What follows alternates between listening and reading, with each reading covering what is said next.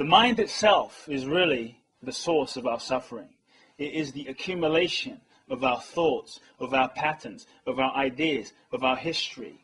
The challenge happens when we have a thought or a stream of thoughts and we begin attaching ourselves and holding on and identifying with all the random 65,000 thoughts we have a day. We start holding on to these thoughts and they take us in a certain different direction. It's from that place that our mind begins to master us and we become slaves to our mind. It's time to shift this. And I want you to hear this. Just because you have a thought, it doesn't mean it's real. Just because you have a thought, it doesn't mean it's fact. The mind is so often trying to sell us a script, sell us a story, sell us an identity. It's trying to sell us something. You know, I often say the mind is like a crazy uncle.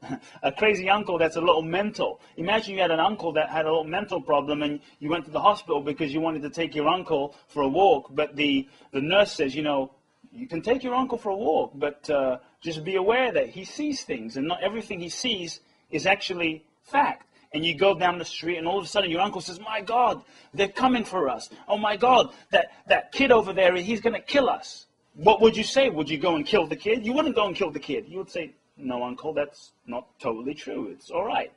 Because you have a relationship with your uncle in that moment.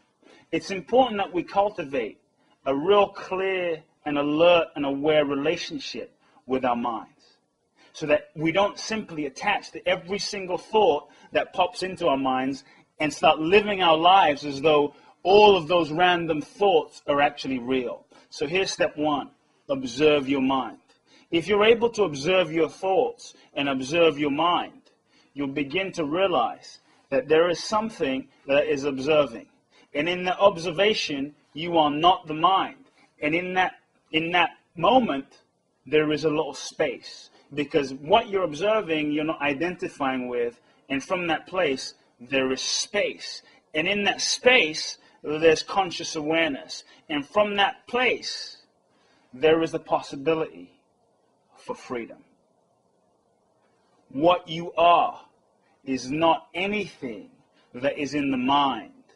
But what you are is bigger than the mind.